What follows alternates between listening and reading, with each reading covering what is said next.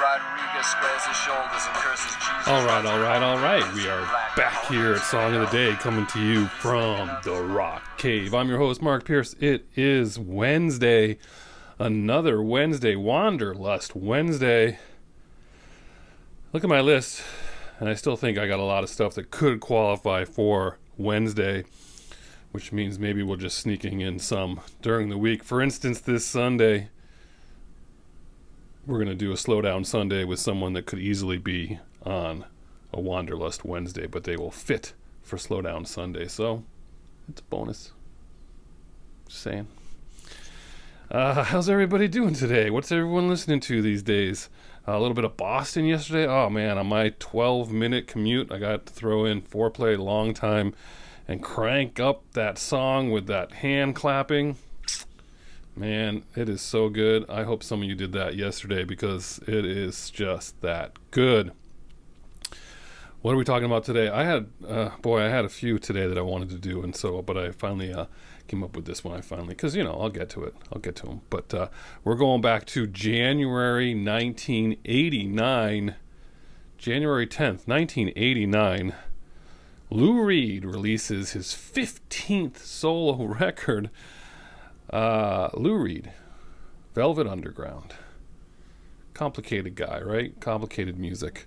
If you don't know anything or think you don't know anything, you at the very least you know Sweet Jane, Velvet Underground, and Walk on the Wild Side, right? You know those two songs. That means he's got these dozen or so other solo albums, and maybe you don't know any of his stuff. But we're here to talk about this particular record called New York.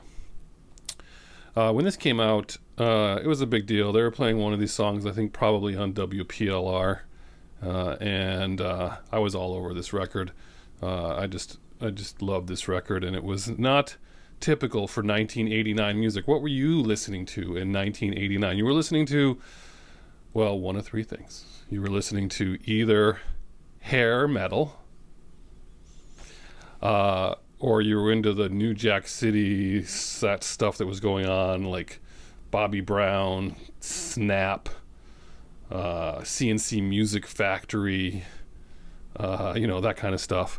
Or you were just still parked in classic rock, and you were just hanging with your Led Zeppelin and your Aerosmith and your Pink Floyd, and you were just going about your business. So this record came out, and the critics loved it, by the way. They absolutely loved this record. They say it's probably one of his best works of his whole career. Musically, pretty simple, but the lyrics are where it's all at for this particular record. He says it's like a 57-minute story. It's a conceptual album that was meant to be listened to from beginning to end, and it tells a story about New York City. So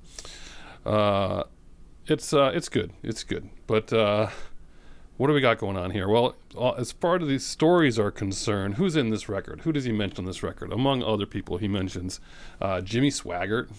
Remember Jimmy Swaggart? Jimi Hendrix, Jesse Jackson, Donald Trump, Michael Tyson, Buddha, Virgin Mary, the NRA, Rudy Giuliani, Ollie North, Morton Downey, remember him? Bunch of other stuff in there, but these are all people that are mentioned in throughout the album.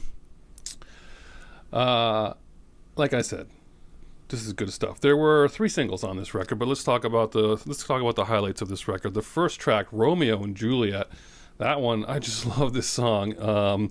It's hard to explain. You have to listen to it. A lot of like spoken word almost stuff with very simple music in the background, but like very well placed, just a couple of drum beats or a couple of hits of the snare or whatever it is. Just, I don't know what it is about this record, because I couldn't say that I had played a Velvet Underground record before I heard this one, and I certainly didn't play a whole Lou Reed solo album before I bought this record, but it all comes together on this one. So Romeo Had Juliet is awesome, and then Halloween Parade.